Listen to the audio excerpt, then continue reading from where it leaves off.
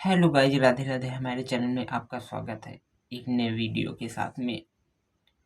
आज मैं अपनी वाणी की शुरुआत एक छोटी सी घटना से शुरू करता हूँ, जो हमें काफ़ी सीख मिलने वाली है जिससे।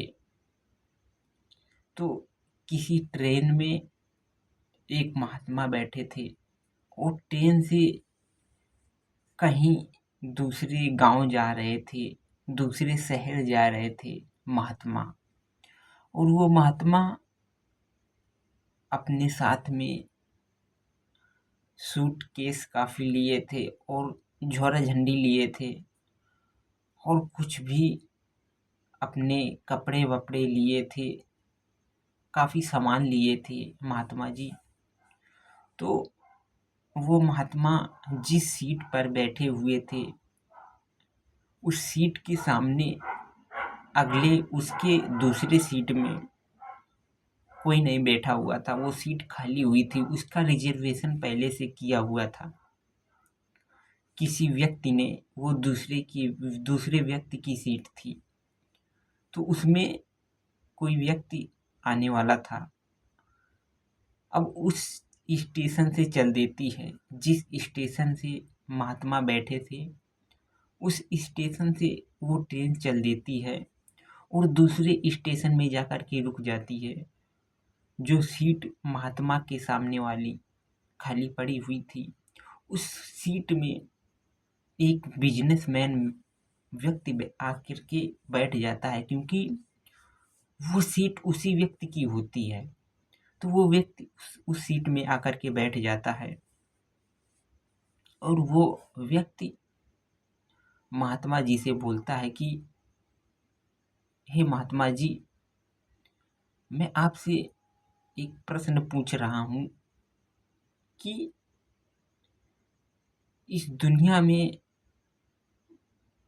हम ना कुछ लेकर के आए हैं और ना कुछ लेकर के जाएंगे, तो आप यहाँ पर अपने साथ में इतने सारे सूटकेस रखे हुए हो और इतनी सारी सामग्री रखे हुए हो और आप महात्मा ठहरे, ये सब किसके लिए ले जा रहे हो और क्यों ले जा रहे हो? तो कुछ लोग बोलते हैं कि कोई व्यक्ति फालतू नहीं बोलता है, क्योंकि किसी व्यक्ति को फालतू करने की बात करने की आदत नहीं होती है। जब कोई काम होता है तभी वो व्यक्ति बोलता है, जो व्यक्ति समझदार होता है। तो महात्मा जी ने उस व्यक्ति से, उस व्यापारी से कुछ नहीं बोला, उसके किसी भी जवाब का कुछ उत्तर नहीं दिया। दूसरे स्टेशन में बस रुकी, ट्रेन रुकी, तो वो व्यापारी महात्मा जी से बोलता है, महात्मा जी चलो, स्टेशन में ट्रेन रुकी हुई है, चलो यहाँ पर हम लोग चाय पी लेते हैं।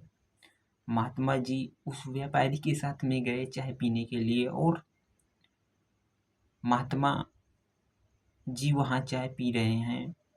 ट्रेन के जाने का समय हो गया और वो बिजनेसमैन व्यापारी महात्मा जी से बोल रहा है कि हे महात्मा, चलो अब हमारे अपनी ट्रेन जाने का टाइम हो गया है, अब अपनी अपनी सीट में जल्दी से बैठ जाते हैं। तो वो महात्मा बोले कि नहीं, अभी नहीं बैठना, हम उसमें क्यों बैठें? तो